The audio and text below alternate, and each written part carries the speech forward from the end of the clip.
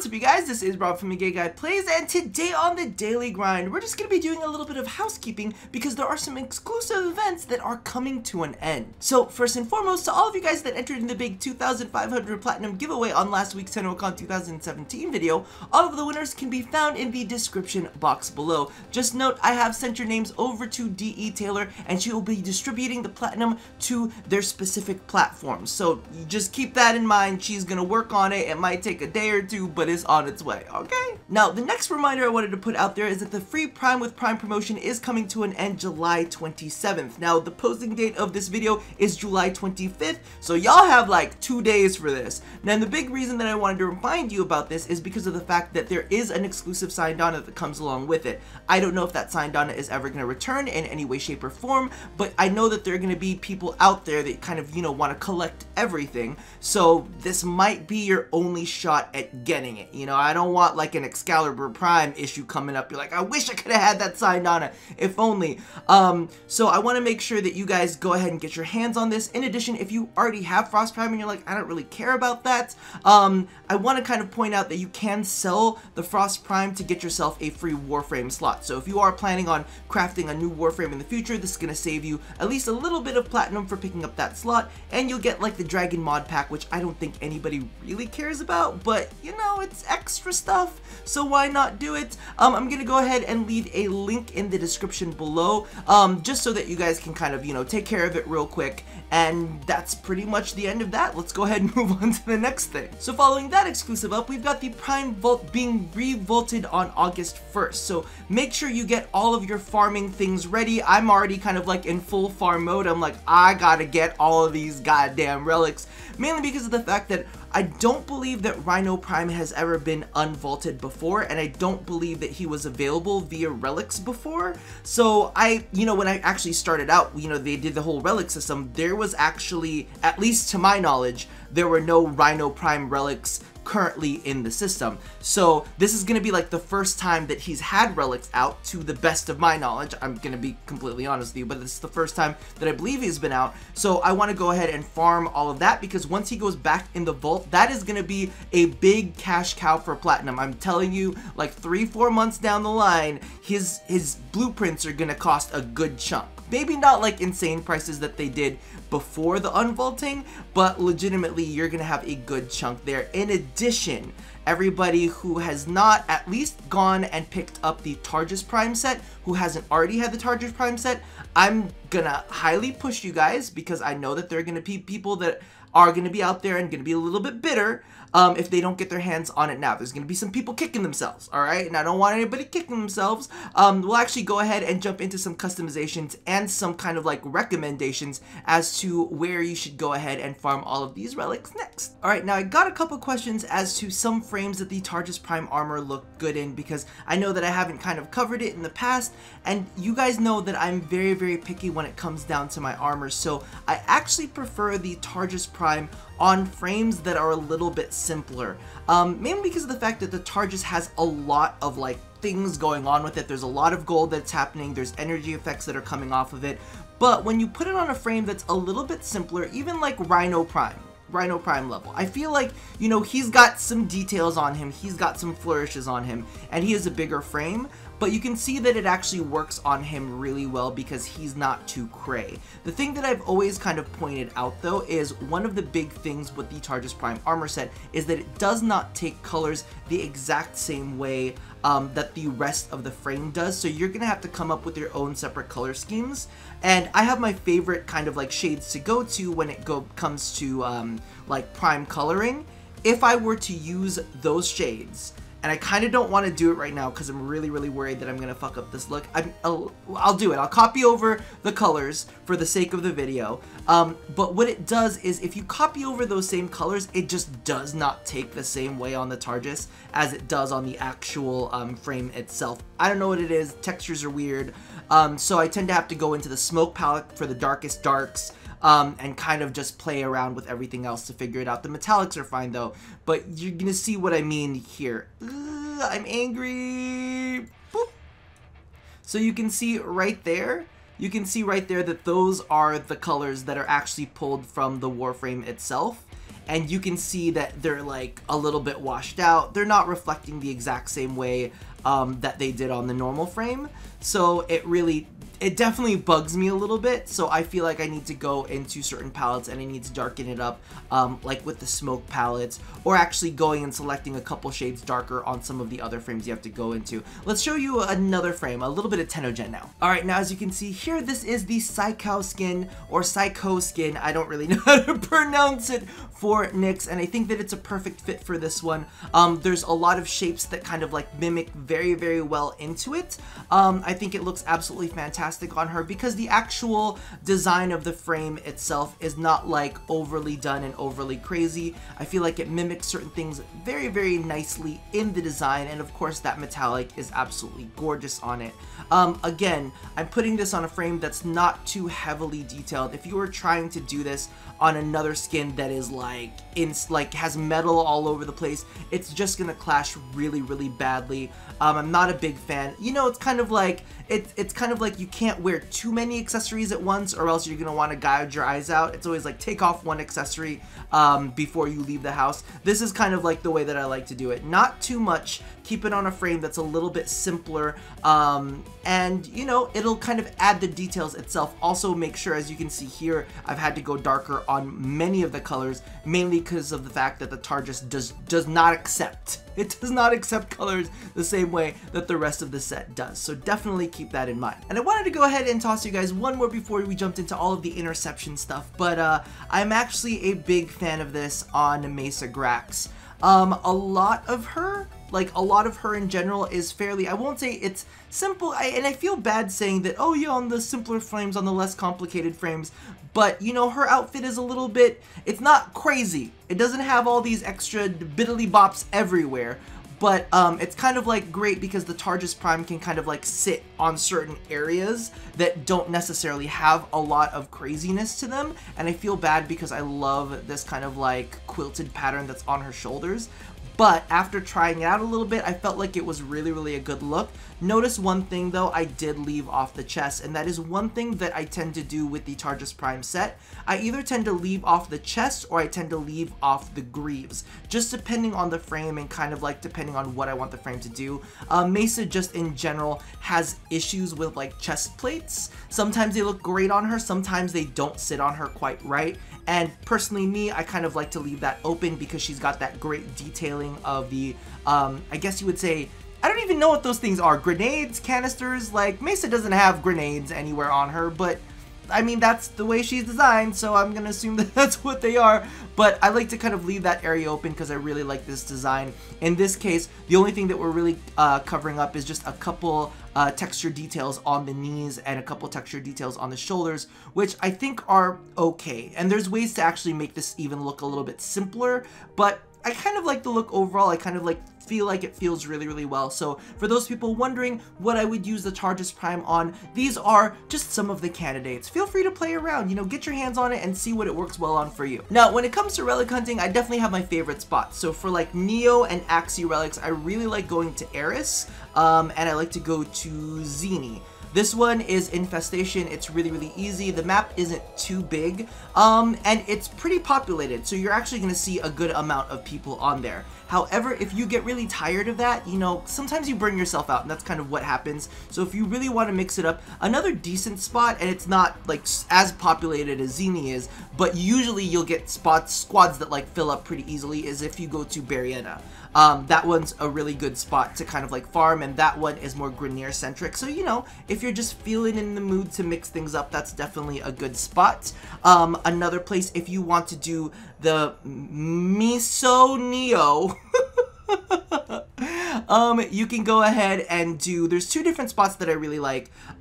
Saturn Rhea is pretty gosh darn good. It's like that, or at least the times I've played it, it's that big kind of like arena area with the big column in the middle. So it's kind of like open. It's one of the different maps that I just don't get to play too often, so I really, really like that one. And then the other one is on Jupiter, and it is Callisto. And that one is kind of like, that one's a nice smaller map. It's like that compact map where it's like the little 4 one, the little bar up here. It's like a T-bar kind of, right? I don't know how to explain it well, but it's like that little square area, and it's got the T-bar. You guys know what I'm talking about. So that one's one with Corpus, so it's a nice mix-up, and you'll kind of see that repetition throughout all of my tile selection areas, mainly because of the fact that I am very, very big on kind of like mixing things up, seeing tile sets that I haven't seen. Now I'm gonna be honest with you, I've run Uranus and I have run Europa, and for some reason, I don't know what it is, I get bad juju on those planets and I really don't get good drops. I don't know if they have like different drop tiers, but I always feel like I've gotten some bad luck on there. Let me know if you guys have experienced that in the past. But all of the places that I've kind of pointed out, I'm like, okay, this is where I get relics consistently. And then if we're looking at the lowest tier, you can go to where is it? Oh, I was literally just there. There is a oh my god, it is somewhere here. Interception. Odin on Mercury is great for your Lith and Miso. That one's a good place. That's the same tile set, at least from when I've gone there. That's the same tile set as Hydron. So really small map, really, really good to have like someone like Titania in. Like, we'll jump into some gameplay in a little bit, and I'll show you how fucking amazing she is at soloing interceptions, especially at that low level. And then if you really want to mix things up, oh my god, this is like one of my favorite spots, but it's a specific tile set, and I'll actually cut in some footage right now of Gaia on Earth. Now this one is fantastic. It's another Lith to Miso tile set. It's fucking fantastic. Consistency is great. It doesn't, I don't know why, but it feels slightly less consistent than the one on Mercury, but this one, like, you get a chance to get to the big, like, open air tile set, and it's not a tile set that I get to see often, but I think it's gorgeous and something that you guys should definitely check out, just to kind of, like, refresh yourself, because, you know, playing the same tiles over and over again can be absolutely boring, so it's imperative that you mix it up. Now, a lot of you guys are going to ask kind of like why I always do interceptions, and as many people know in the past, and I'm actually going to throw up some screenshots here of like some of the, not the gameplay, but some of the results that I've had from the day, is mainly because of the fact that literally they are the most consistent at getting relics. I know there's some people that really, really want to push excavation, but I'll be honest, I've been in excavation missions and not got half as many relics as I do on interception. Now, I might have gotten more rewards, I might have gotten, you know, more credits, more endo, whatever it is. That's fantastic, but I'm out here looking for relics specifically because, you know, the relics get vaulted on August 1st, and I'm not playing around with that. You know, I just want relics. I don't need any of the extra shit. Now, if you need the extra shit, feel free to go and jump into excavations, but y'all can figure that out yourselves. I'm talking about how to get relics today. So that's kind of like my main point. Definitely go ahead and check out interceptions. If you haven't given them a try, you need to give them a shot. But specifically try out the ones that I pointed out today, mainly because of the fact that some of them, I don't know why, but I just feel like I get bad luck on some. Anyway, those are my facts and figures. Well, let's not say my facts and figures. Those are my experiences. Let's go ahead and jump into the gameplay. All right, now for all of these lower level maps, I'm actually a massive, massive fan of using Titania. Especially because, you know, if I'm gonna be completely honest with you, you don't always have a high population of people on these maps. So sometimes you're gonna be soloing, especially if you're kind of like out through the midday. But because of the fact that Titania gets armed with her razor wings, like all of her little razor flies that come along with her, she actually makes for a fantastic interception frame, especially in a lot of these smaller tile sets. So as you can see here, we are on the Mercury interception, and legitimately, all you have to do is kind of figure out where her razor flies, I keep wanting to say fries, I can't do it, are kind of buzzing off to, and legitimately, they'll kind of let you know where enemies are coming from, and that way you can kind of intercept them before they intercept any of the spots. All you have to do is, once you've kind of cleared out the area, you can just kind of like hover in place, and then you can just spot where the flies are going, and if the flies don't actually kill them beforehand, you can actually just follow where they go and get your hands on a whole bunch of relics. And this has been honestly probably my favorite way to farm, mainly because of the fact that legit, I'm like, if I'm gonna be real with you, these Razorflies, to really like force it out and make sure that it was right, are absolutely fantastic at kind of keeping enemies at bay, especially at this level. Like, the level is so low that literally a level 30 Razorfly can pretty much take down anything that you want to, and this kind of even works in some of the Miso / Neo interceptions, because you know you gotta vary your shit up a little bit. Of course, this does suffer a little bit more when you get into the the Neo Axie relic areas. But she's still super mobile, so she can get to where she needs to get to ASAP, and she makes for a fantastic interception frame. And also because of the fact that legit when she's in Razor Wing, and I know this is not going to be all that great because she's at lower levels, but when she gets in Razor Wing, basically all of her attacks count towards the Warframe. So, you know, if you're looking for a good frame to focus farm on, and you just plan to be in Razor Wing the entire time, she makes a fucking good job of it. Look at that! I didn't even realize there was anything there. And the Razorfly flies, yeah, see? I'm like second guessing myself. I was gonna say double guessing myself because of the fact that I'm so obsessed with the word fries. But yeah, so that's pretty much kind of like my strategy for the low level interceptions, mainly because of the fact that legit, if you got a solo, at least you can solo super easy. You know, you don't have to cover multiple areas, because just as long as you cap it, your flies will go ahead and kind of hold those areas for you, so you don't necessarily have to worry about trying to intercept every single thing. Or at least you'll get an idea of where these guys are coming from, so that you can go ahead and take them out. Because, you know, sometimes you'll stay in a mission and then all of a sudden your Razorflies will start dying because, you know, you leveled your shit up, you know? Things have gone well for you, and what ends up happening is, you know, you stored up a whole bunch and now you're in the mission for longer, and your Razorflies can't end up killing everything. So it is definitely nice to have them. Because, like, these little level 11 guys are no bueno. And like I had stated before, interception is still hands down my favorite mission for getting these relics. It's just the most consistent way of getting them, as opposed to some of the other things out there. And I know there's some people who hold tight to excavation. They can't let go of it, but legitimately, when you look at all of the images, you know, for how consistent the drops are in interceptions, if you're looking strictly for relics, interception is like hands down the best way to go, especially if you have an organized team. If you have an organized team, you can literally do this kind of stuff like clockwork. It's super cake. And honestly, that's kind of like one of the things that you want to do when you're like farming. Is you just want to make everything kind of like brainless and super easy. Like, put on some Netflix in the background, you know, catch up to Game of Thrones as you should be doing, or catch up to any of the Netflix series out there that you kind of want to get out of the way, mainly because of the fact that you know, this shit can get, like I'm gonna be honest with you, like, I've done it in many other games where I've had to farm a ton of stuff. I don't actually need to pay attention to this, as long as you've got a good frame that will help support you, or you've got good teammates. You guys can literally, oh my god, wouldn't it be fun? Everybody just turn on Netflix or turn on HBO, go like synchronized, turn them on at the same time, and watch your favorite series at the same time with your friends while you are playing Warframe. I think that's an awesome way to go. That little jackass right there, you guys are gonna pay. You're gonna pay.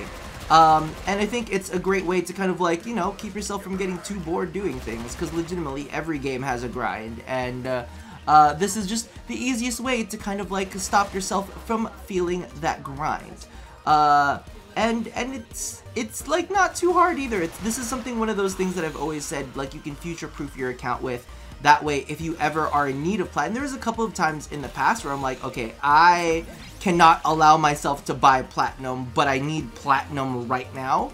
Having sets like Rhino Prime and Boar Prime. Boar Prime is pretty good. I don't know how well it sells, but I know that it's definitely kind of like an item that you really want to pick up. but as you can see here, the consistency stays true for all of the interception kids. So if you guys feel like it, make sure you guys kind of jump in, grab your relics while you still can. You have until August 1st. Make sure to future-proof your accounts, get your Rhino blueprints, because here's the thing. All you need to focus on right now is picking up the relics. You can, you know, run those relic missions at any point in time in the future, right? So that's not the stressful part. It's not about getting the actual blueprints themselves. It's about getting the relics to get the blueprints. So you don't need to prioritize actually unlocking them. You just need to prioritize getting your hands on them. So that pretty much does it for today's episode. I hope you guys, you know, get into this future proofing, make sure that you're taken care of, get your Twitch Prime taken care of, and, you know, congratulations to the winners who picked up the platinum and whatnot, and that pretty much does it. So as always, love somebody, hurt nobody, and touch yo body. I'll see you guys next time. Bye-bye!